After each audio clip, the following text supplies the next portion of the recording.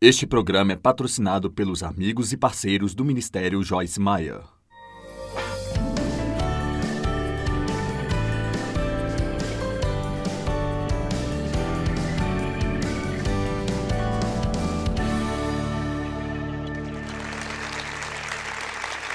Muito obrigada por estar conosco hoje. Nós realmente oramos para que a palavra de Deus tenha um poderoso impacto em sua vida. 1 Pedro capítulo 5, versículos 8 e 9, são os versos das Escrituras nos quais eu quero me concentrar e ensinar a respeito. Eu vou lê-los primeiro, sejam bem equilibrados. Deixe-me parar por um segundo. Eu só vou perguntar às pessoas aqui quantas de vocês já sabem, antes de eu ir adiante, que você precisa de mais equilíbrio em sua vida. Bem, depois de ter terminado hoje, vocês ficarão bem mais empenhados em conseguir isso. Sabe, as pessoas me perguntam muitas vezes como faço para ser tão equilibrada com todas as minhas diferentes responsabilidades, esposa, mãe, avó, viagens, ministério, ensino, livros e assim por diante. Eu costumava tentar dar uma resposta. Uma vez alguém perguntou-me isso e uma resposta de Deus surgiu em minha mente. Eu disse, quer saber? Eu sempre estou equilibrando as coisas. Perguntam-me como você mantém suas prioridades em ordem. Eu respondo, estou sempre ordenando as coisas. Na verdade, eu acho que para viver uma vida equilibrada, provavelmente a qualquer momento da história, mas especialmente hoje, quando há tanta coisa vindo até nós, eu acho que você realmente tem que fazer um tipo de inventário regularmente, sabe? Tenha uma pequena reunião consigo e diga, Deus, mostre-me se estou fora de equilíbrio em qualquer área da minha vida. A razão pela qual isso é tão importante é porque quando não estamos equilibrados, abrimos uma porta para o diabo em nossas vidas. Sejam bem equilibrados, moderados e sóbrios de mente, e atentos e cautelosos em todos os momentos. Não de vez em quando, mas em todos os momentos. Pois o inimigo de vocês, o diabo, anda ao redor como um leão rugindo com uma fome feroz. Ele não é um leão. Jesus é o leão da tribo de Judá. Mas ele faz barulho e ruge como leão, procurando alguém a quem ele possa devorar. Eu gosto disso. Ele sempre está procurando. Como eu posso entrar em sua vida? Existe um modo de entrar em sua vida. Então, se ele está procurando alguém para ele devorar, ele não pode devorar qualquer pessoa que ele quiser. Ele deve procurar a pessoa certa e precisamos estar determinados de que não seremos nós. Amém? Não vai ser eu. Resistam a ele, permanecendo firmes na fé. Eu amo essa parte da Escritura contra a sua investida.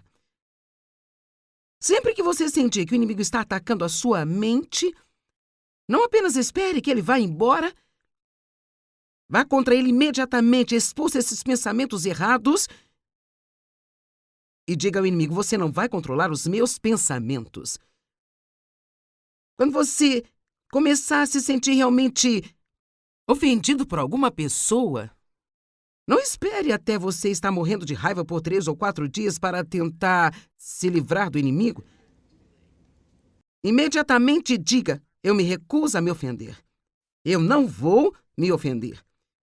E cada princípio que Deus nos ensina em sua palavra, nós precisamos conhecê-los muito bem e reconhecer quando o inimigo está vindo contra nós. É por isso que a Bíblia diz, sejam sóbrios de mente, sejam moderados, diligentes, vigilantes em todos os momentos. Pois o seu inimigo, o diabo, ele anda ao redor de vocês, buscando alguém a quem ele possa devorar. Resistam a ele permanecendo firmes na fé contra a sua investida. Eu digo às vezes, de uma forma incômoda, mas é a verdade. Se você está se sentindo abatido, deprimido e desanimado, não espere até você estar todo quebrado do lado da estrada da vida, sendo necessário um caminhão cheio de cristãos para levantá-lo novamente e encorajar você. Algumas pessoas passam toda a vida precisando de oração, querendo oração, precisando de aconselhamento, querendo aconselhamento, precisando de alguém para encorajá-las, precisando de alguém para levantá-las. E não há nada de errado em ser carente, mas nós devemos crescer a ponto de estarmos pelo menos nem sempre necessitados nas mesmas áreas para sempre. E chegar ao ponto em que podemos aprender os princípios de Deus e depois aprender a aplicá-los à nossa vida e chegar ao ponto em que podemos ajudar outras pessoas. Não há melhor maneira de ajudar a outra pessoa do que quando você teve um problema e ganhou a vitória nesta área, porque então você é uma pessoa, você está convencido, totalmente convencido. Permaneçam firmes da fé contra a sua investida, enraizados, estabelecidos, fortes, flexíveis e determinados. Eu amo essas palavras. Se você quiser fazer um estudo interessante, alguma vez basta pegar um dicionário, apenas um dicionário comum, e procurar cada uma dessas palavras. Enraizado, estabelecido, forte, inflexível, determinado. Se você continuar tendo o mesmo problema de novo e de novo e de novo, não apenas diga, bem sabe, eu tenho uma fraqueza nesta área. Bem, Deus nos fortalecerá naquelas áreas em que nós somos fracos, se nós dependermos dele para isso. Mas você sabe o que eu aprendi? A fim de obter a ajuda de Deus, a primeira coisa que eu tenho que fazer é parar de dar desculpas para o meu problema. Uh-oh. Sabendo que os mesmos sofrimentos são designados para seus irmãos, todo o corpo de Cristo em todo o mundo. Agora, por que me ajuda a saber que outras pessoas estão sofrendo? Porque eu realmente acredito que às vezes o diabo gosta de colocar esse pensamento em que achamos que ninguém está tão mal quanto nós estamos. Eu sou a única pessoa passando por estas coisas. Ninguém me entende. Até mesmo o grande profeta Elias teve esse problema. E você pode não estar familiarizado com a história, e não vou entrar em detalhes, mas Elias fez coisas tão poderosas. Então ele ficou exausto e desgastado, cansado, na verdade, de ministrar no seu caso. E então, Jezabel foi atrás dele, e apesar de ter acabado de derrotar 400 falsos profetas no dia anterior, agora uma mulher é sua destruição. O que acham, homens? Uma mulher pode ser sua destruição às vezes. Nós temos poder, não temos...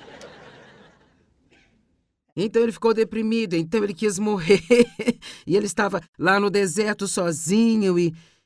Enquanto Deus conversava com ele, ele disse, Deus, eu sou o único que restou. E Deus disse para ele, eu tenho 7.000 que eu treinei prontos para agir a qualquer momento que eu precisar. Então, deixe-me dizer que tudo que você está passando hoje, você não é o único. Eu posso muito bem lhe garantir que não importa o quão mal você esteja, há sempre alguma pessoa na Terra que está pior do que você. E aparentemente isso nos ajuda a perceber que nós não somos os únicos, ou isso não aconteceria. Então, sejam equilibrados. Agora veja, muito ou pouco de qualquer coisa pode abrir a porta para problemas. Algumas pessoas comem demais, outras pessoas comem muito pouco, e ambas podem realmente causar doenças e enfermidades. Algumas pessoas gastam muito dinheiro e acabam em dívida e miséria. Algumas pessoas são sovinas e acabam infelizes e gananciosas porque não gastam nenhum dinheiro.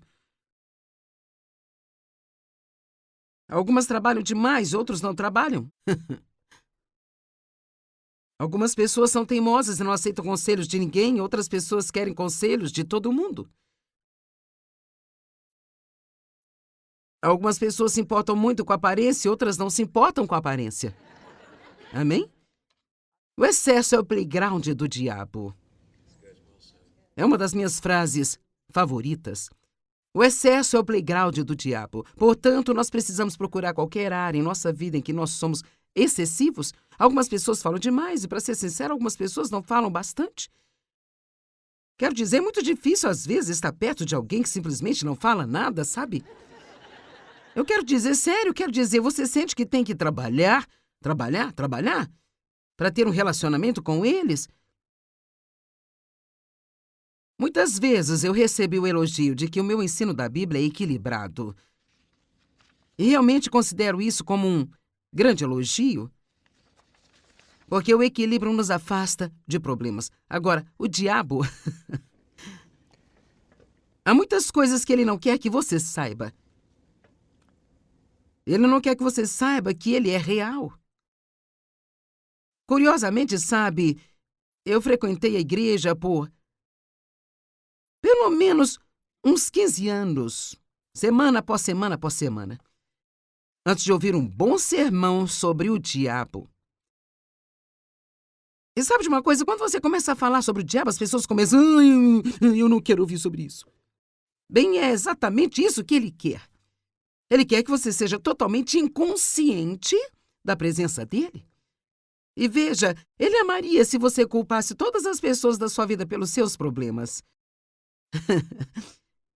No entanto, a Bíblia diz que nossa guerra não é contra carne e sangue, mas contra principados, potestades e forças do mal nos lugares celestiais, e mesmo que seja uma pessoa nos machucando, é o nosso inimigo que trabalha através dela. Para isso. E sabe, tantas vezes o inimigo trabalha com a fraqueza de outra pessoa para chegar à sua fraqueza.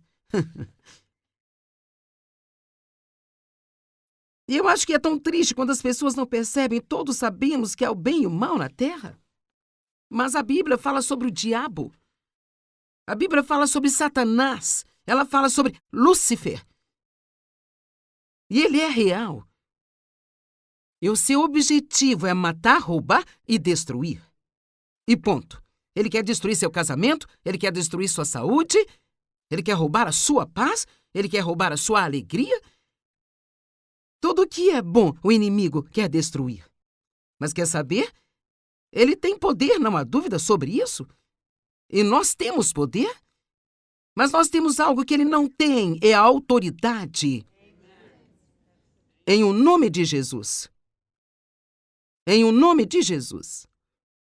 Em Lucas 10:19 diz: eis que eu dei a você poder e autoridade sobre todo o poder que o inimigo possui. Então, nesta escritura, não diz que o inimigo tem alguma autoridade? Na verdade, ele só tem a autoridade que nós lhe damos. Ele só pode passar pelas portas que abrimos através da falta de conhecimento ou pela preguiça. Um dos dois. Você não manda o diabo embora com a força do querer. Você vai ter que ir atrás dele com toda a força. E fazemos isso com a palavra de Deus. A palavra de Deus é a espada do Espírito que o inimigo odeia. Vamos ver rapidamente algumas escrituras aqui que falam sobre o inimigo. Tiago, capítulo 4, versículo 7. Portanto, submetam-se a Deus, resistam ao diabo. Fiquem firmes contra ele e ele vai fugir. Bem, infelizmente, muitas vezes ouvimos apenas a metade dessa escritura. Resista ao diabo e ele vai fugir. Resista ao diabo e ele vai fugir. Não é o que ela diz. Ela diz: submetam-se a Deus, resistam ao diabo e ele vai fugir. Então, se eu estiver sendo, digamos, negligente com alguma autoridade que Deus colocou sobre a minha vida, você sabia que a rebelião não fica bem para o cristão? Não é nem um pouco atraente? Sabe, esse é um dos enormes problemas que temos em nossa sociedade hoje. Ninguém quer receber ordens de ninguém. Isso não é piedoso. Para se ter ordem e paz, você tem que ter pessoas que tenham posição de autoridade. E todos nós temos autoridade de alguma forma. Mas eu amo o que Otmani disse. Ele disse que o primeiro trabalho que nós temos quando entramos em qualquer lugar é o de procurar quem é a autoridade e imediatamente decidir estar sob essa autoridade com uma boa atitude. Veja, estou em autoridade aqui, mas quando vou pregar na igreja de outra pessoa, eles estão em autoridade lá? E se, não importa se o meu ministério for 500 vezes maior do que o deles, eles ainda estão em autoridade onde estão, e eu preciso ter essa atitude de submissão, e se eu não fizer assim, Deus não me abençoará? Então vamos dizer que eu tenho uma autoridade, não sou submissa à autoridade que Deus colocou sobre mim? Então, eu estou tendo um problema na minha vida, e então eu digo: eu resisto a você, diabo, eu resisto a você, diabo. E depois me pergunto: por que não funciona bem? Não funciona porque eu não estou me sujeitando primeiro a Deus? É isso. Mateus 16:21. Do 21 ao 23. Desde então, Jesus começou claramente a explicar aos seus discípulos que ele deveria ir a Jerusalém e sofrer muitas coisas nas mãos dos anciãos, dos sumos sacerdotes e dos escribas, e ser morto, e no terceiro dia ser ressuscitado dos mortos. Então Jesus está falando com seus discípulos, ele está dizendo a eles o que ia acontecer. Olha, eu vou para Jerusalém, eu vou sofrer muitas coisas, eu vou ser morto, mas a boa notícia é, no terceiro dia eu ressuscitarei. Então Pedro chamando Jesus à parte, você pode se imaginar fazendo isso? Jesus, nós precisamos conversar. Quero dizer exatamente o que aconteceu, eles eram pessoas como nós. E então, chamando Jesus à parte, ele começou a reprová-lo e começou a repreendê-lo bruscamente. Ele tinha um tom de voz, que não era um tom de voz que você usaria com Jesus. Ele começou a dizer agora, isso não está certo, você não pode fazer isso. Deus não permita. Senhor, isso nunca acontecerá com você. Agora, de início, poderíamos pensar, bem, isso foi bom, ele estava preocupado com Jesus, mas eu tenho uma suspeita furtiva quando leio estas escrituras sobre Pedro, sabe? Que talvez ele estivesse preocupado com Jesus, mas acho que ele poderia estar um pouco mais preocupado com ele mesmo, porque afinal ele estava com Jesus. E sabe, se isso acontecesse com Jesus, então talvez Pedro sofresse com isso também. Oh, não, Senhor, não é uma boa ideia. Eu amo isso, mas Jesus se afastou de Pedro e disse-lhe, para trás de mim, Satanás. Você é uma pedra de tropeço, ofensa, um obstáculo, uma armadilha para mim, porque você não cogita na natureza e nas coisas de Deus, mas nas dos homens. Satanás estava usando Pedro para então tentar impedir que Jesus fizesse a vontade de Deus. E Pedro era alguém que amava Jesus. E você sabe que pode ter pessoas na sua vida em algum momento que realmente amam você e realmente acreditam que estão certas.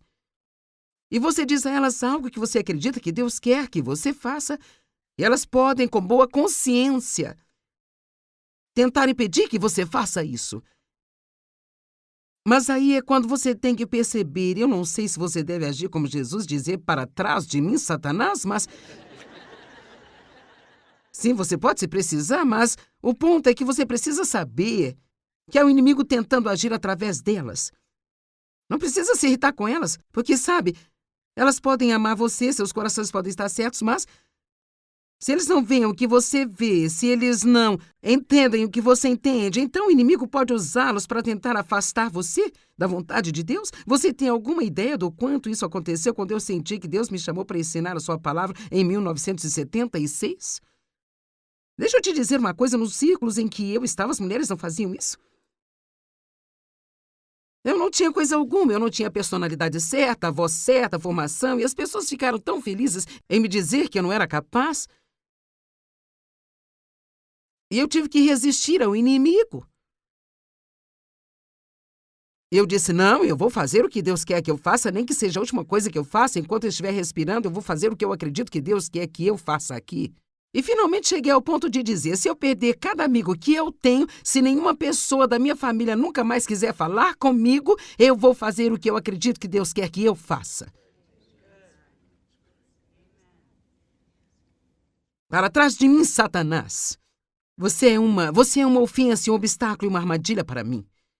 Você está vendo isso do ponto de vista das pessoas e não do ponto de vista de Deus. A raiva não resolvida abre a porta para o diabo. Sabe, eu tenho a impressão de que se você quisesse, poderia colocar algo sobre a falta de perdão em todas as mensagens que pregasse. Agora, isso é tão bom. Efésios 4, 26, 27. Quando vocês ficarem irados, não pequem. Então, a ira não é pecado. É como nós lidamos com a ira que é pecado. Veja, quando alguém magoa e maltrata você, você tem uma emoção chamada raiva que vai explodir. E foi realmente uma boa notícia quando Deus me revelou isso há muitos anos atrás, porque eu sempre pensava que se eu estivesse com raiva, então eu estava pecando, e eu não conseguia me livrar da raiva quando as pessoas maltratavam a mim. E então eu finalmente entendi. Quando ficarem irados, não pequem. Apaziguem a sua ira, sua exasperação, sua fúria, sua indignação, antes que o sol se ponha. Não deem nenhum lugar ou posição para o diabo, não deem qualquer oportunidade a ele. Então vamos ser tão simples quanto possível. Quando você vai dormir com raiva de alguém, por qualquer coisa, você está abrindo uma porta para o diabo. Se lá Pare e pense calmamente sobre isso. Isso tem na Bíblia, tem muito disso escrito Silá. Pare e pense calmamente sobre isso. Então, eu pessoalmente fico feliz se eu ficar com raiva pela manhã. Porque eu tenho o dia todo para resolver isso. Porque, veja, é realmente um aborrecimento ficar com raiva na hora de dormir. Porque então você tem que resolver muito rápido. Não dê lugar à oposição para o diabo. E estas escrituras em 1 Pedro 5 diz: permaneçam firmes na fé contra a sua investida. Nós falamos sobre isso um pouco. Vamos realmente aprender a reconhecer quando o inimigo estiver trabalhando. Sabe, no momento em que eu começo a sentir pena de mim mesma, o inimigo está trabalhando. Porque realmente, quero dizer, verdadeiramente, como eu poderia ter pena de mim mesmo, sabe? Na verdade, muitos de vocês poderiam pensar consigo mesmo e perguntar: fala sério, você vai perder uma semana sentindo pena de si mesmo? Quanto mais rápido você resistir ao inimigo, mais fácil será fazer isso. Quanto mais você deixar esses problemas se enraizarem em sua alma, mais difícil será se livrar deles. Sabe, nós temos algumas árvores realmente enormes no nosso quintal que estão lá, quero dizer, eu não sei, sabe? Não sei como contar a idade de uma árvore, mas são bem velhas. E elas têm raízes que descem no chão e vão muito, muito, muito além. Bem, quer saber? Não há nenhuma maneira de eu poder arrancar essas árvores do chão. Mas eu tenho algumas pequenas árvores na frente da casa que não estão lá há muito tempo e eu poderia facilmente arrancá-las do chão. Veja, quanto mais alguma coisa estiver enraizado em nós, mais difícil vai ser se livrar disso. Mas também há um lado bom, é por isso que a Bíblia diz: esteja enraizado e fundamentado no amor de Deus. Veja, quando eu tenho o amor de Deus como um princípio tão forte na minha vida, que não importa o que aconteça comigo, eu sei que Deus me ama, então é algo que o inimigo não pode tirar de mim. Seja firme na fé contra a investida do diabo. Não seja preguiçoso, não seja passivo, seja ativo. Eu vejo em todos os lugares que olho na Bíblia que a fé é ativa. A fé nunca é passiva. É sempre ativa. Mesmo na oração é ativa. Crer em Deus é ativo. A esperança é ativa. Você pode não estar fazendo nada fisicamente, mas está fazendo algo espiritualmente. Uma pessoa passiva quer que algo aconteça, ela apenas vai esperar e ver se isso acontece. Mas não é assim que um crente deve se comportar. Não espere para ver se o inimigo vai embora. Vá contra ele. Não, eu te resisto, Satanás. Não. Não vou me sentar aqui e ficar com raiva o dia todo porque não consegui tudo o que quero. Eu vou superar isso, eu vou confiar em ti, meu Deus, para garantir que as pessoas me tratem bem. Mas deixe-me semear boa semente, Senhor, tratando outras pessoas bem. Fale consigo mesmo. Você sempre fala consigo. Por que não falar consigo sobre algo que vai ajudá-lo? Amém? Vamos, quando chegamos a um poço de depressão, falamos com nós mesmos? Só não dizemos o que é certo. Vamos falar sobre a fé por um minuto. Nós devemos ser firmes na fé contra as investidas do inimigo. A fé, ela é a substância das coisas esperadas. Ela é a evidência das coisas que nós não vemos. Quer saber, quando ficamos desanimados com algo, algumas vezes é porque não estamos vendo o que nós queremos ver. Embora oremos por isso, e nós dizemos que confiamos em Deus, não estamos vendo. Mas a fé é o que nós recebemos até a sua manifestação.